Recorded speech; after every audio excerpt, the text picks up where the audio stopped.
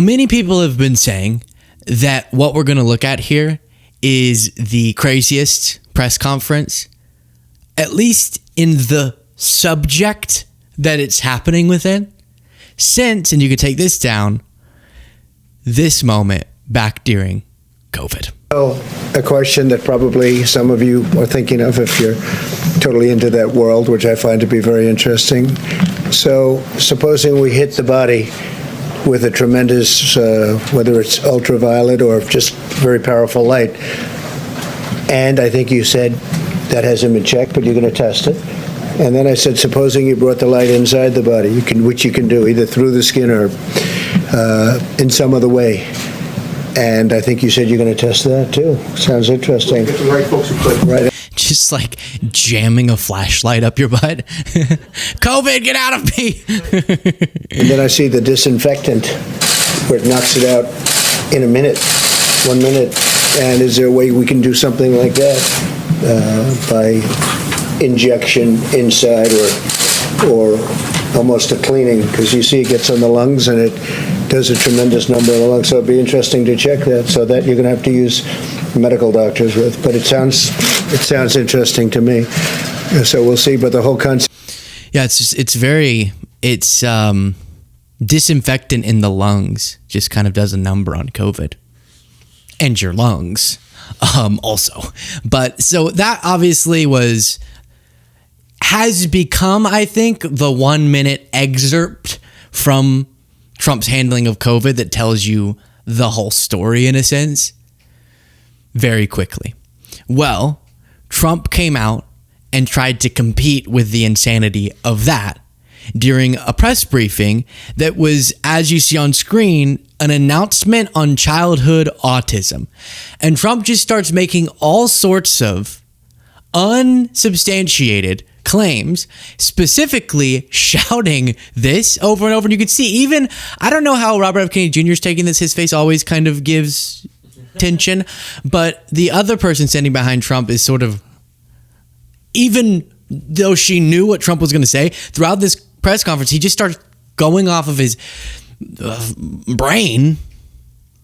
A bunch of utterly, scarily incorrect statements, including just shouting, "Don't take Tylenol. There's no downside. Don't take it. You'll be uncomfortable. It won't be as easy, maybe, but don't take it. If you're pregnant, don't take Tylenol. And don't give it to the baby after the baby is born." And you know what? We have more than 3 years.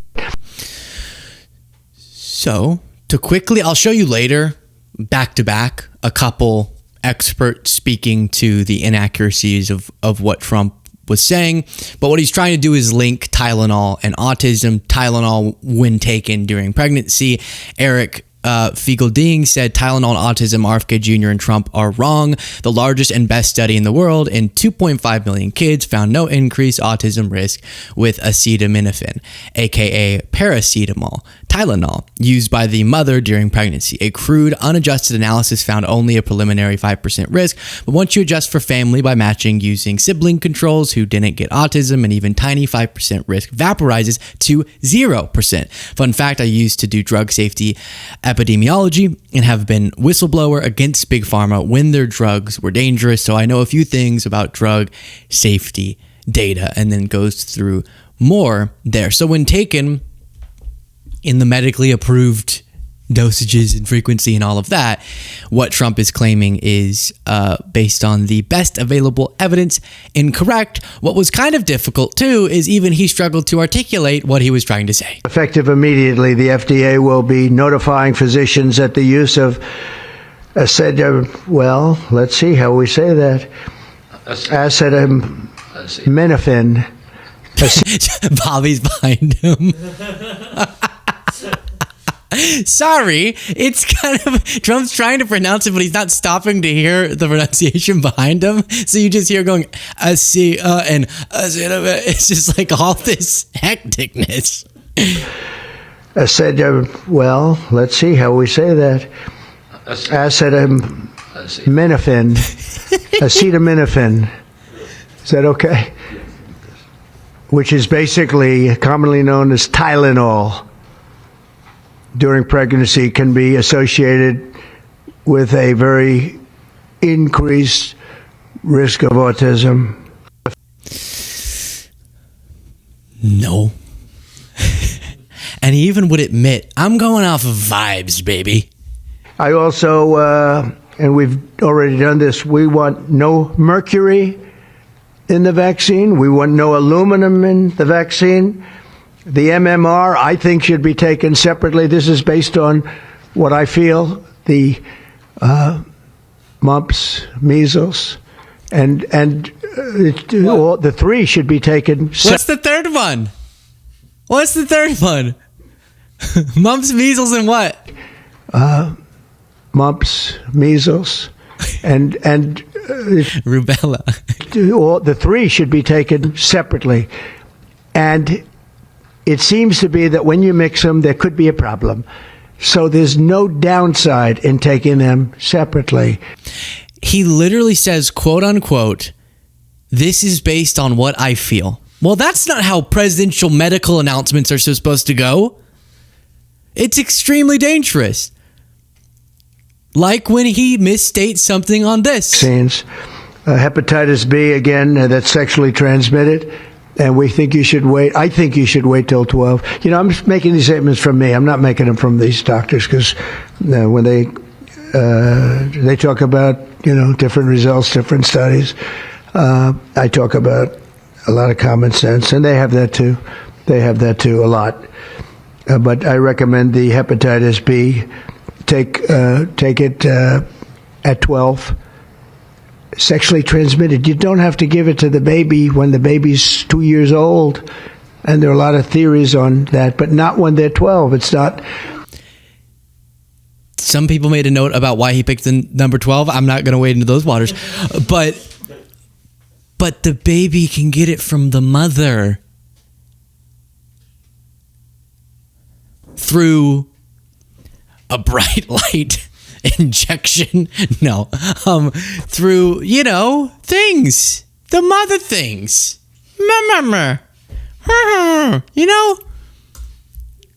So no, you shouldn't wait until they're 12. Then this. It's when you go from 20,000 to 10,000 and then you go to 12, there's something artificial. They're taking something. And by the way, I think I can say that there are certain groups of people that don't take vaccines and don't take any pills that have no autism. Does that tell you something? That's currently, is that a correct statement, by the way? There are some studies that suggest that, with the Amish, for example. If you go to Robert F. Kennedy Jr. knows real science and everyone else is wrong.com / you can find it. Self-published study. No. He says the Amish, that's not true. They have autism too. Studies that suggest that, with the Amish, for example. The Amish. Yeah, virtually. I heard none. See, Bobby wants to be very careful. Wrong. Let me see. Was this the one? One of them had a community note that gave the specific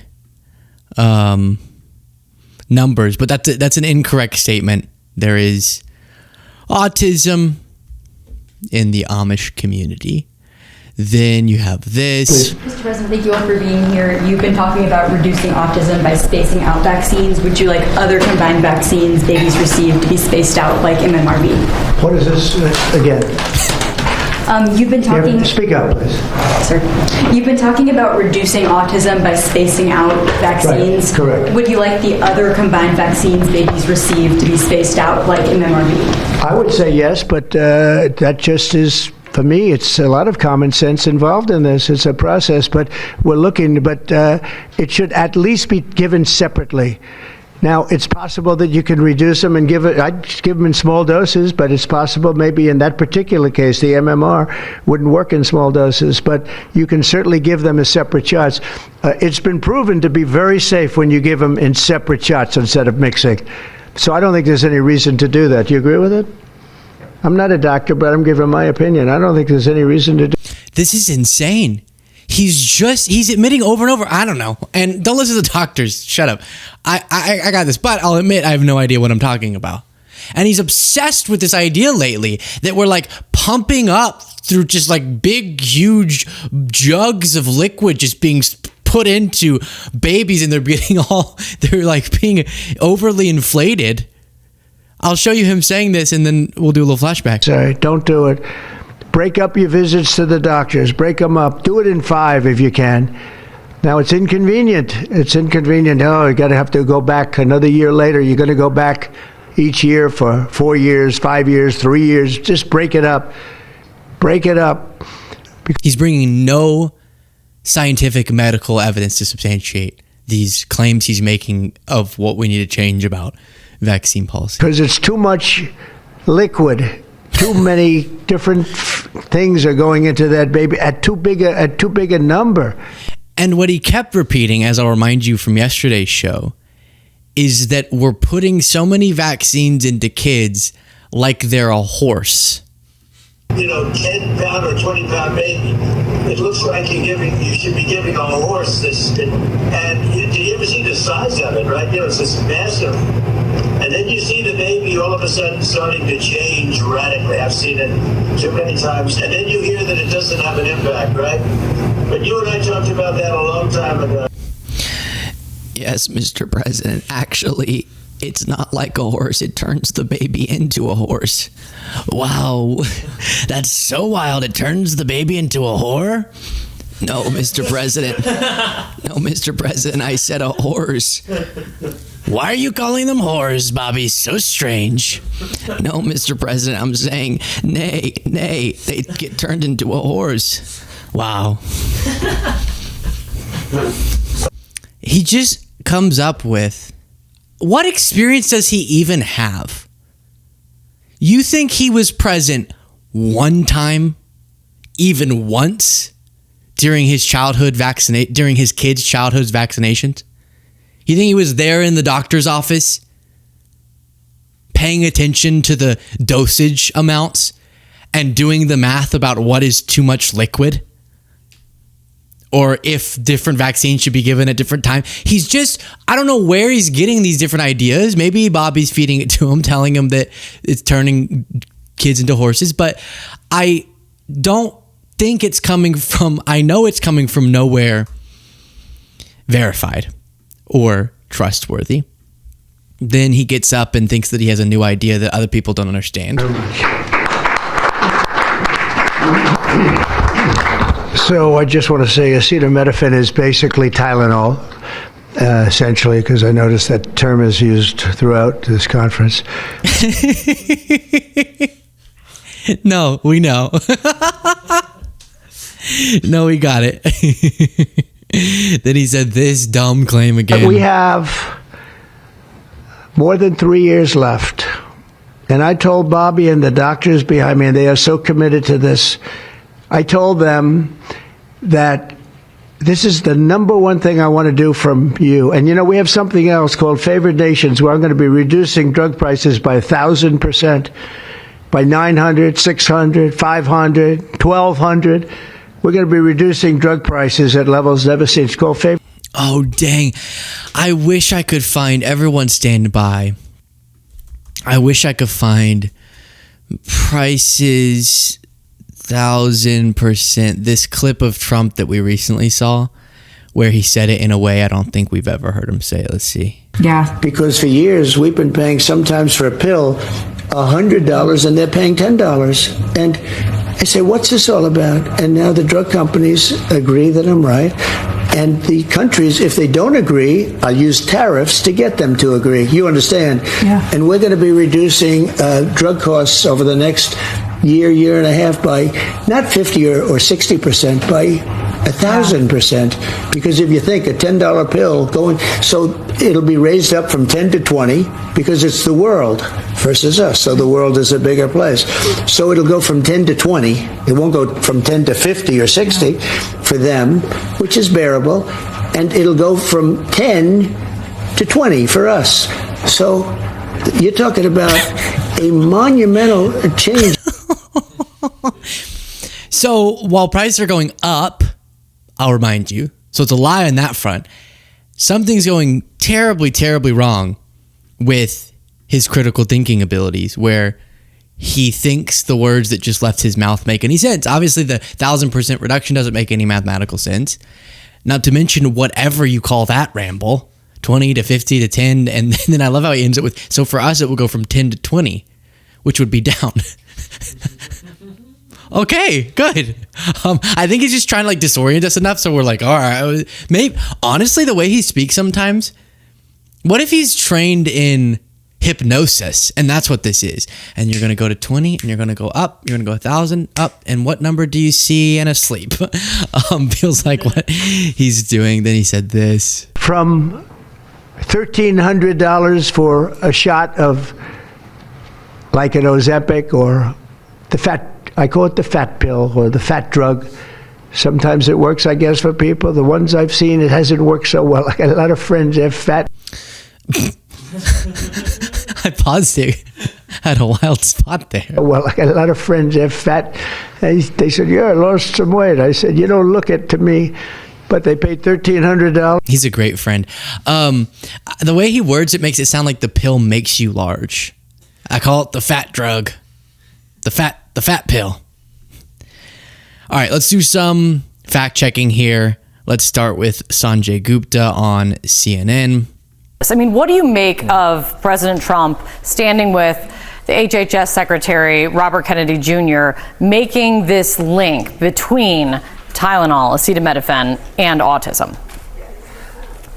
It was a bit bewildering. You know, we've been covering this potential association between Tylenol and autism for some time. I mean, people have been looking into this for decades, and there have been some studies that have shown a potential association in the past, but have never shown a cause and effect. It's part of the reason that large associations like obstetrics and gynecology have said for a long time, use the lowest dose for the shortest amount of time, which is the exact same guidance that came out of this press conference yesterday. So it was nothing new.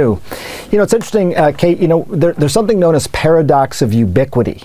When you have something that is widely used, it can be correlated or linked to just about anything. And I think that's what we're dealing with Tylenol. It is important to point out that Tylenol use among pregnant women has actually gone down over the last 10 years, in part because of some of these concerns. But despite the fact that it went down, autism rates have gone up. And that, you know, that's an important data point, I think, for scientists to sort of pay attention to. Yeah, I mean, that's a good point. Even Trump's former FDA commissioner had this to say. Controversial stuff. Does Tylenol cause autism? Well, look, this has been extensively studied. There was a study in JAMA in 2024 with 2.48 million siblings, showed no correlation. There's been some smaller studies suggesting that there could be a correlation. Again, worthy of further study, but there is no clear evidence that it causes autism for women who take it during pregnancy. And if you look at utilization rates in pregnancy of Tylenol over the last 20 years, it's gone down. So there was about 70% utilization of Tylenol in pregnancy, any administration, so people who might have only used it a few times.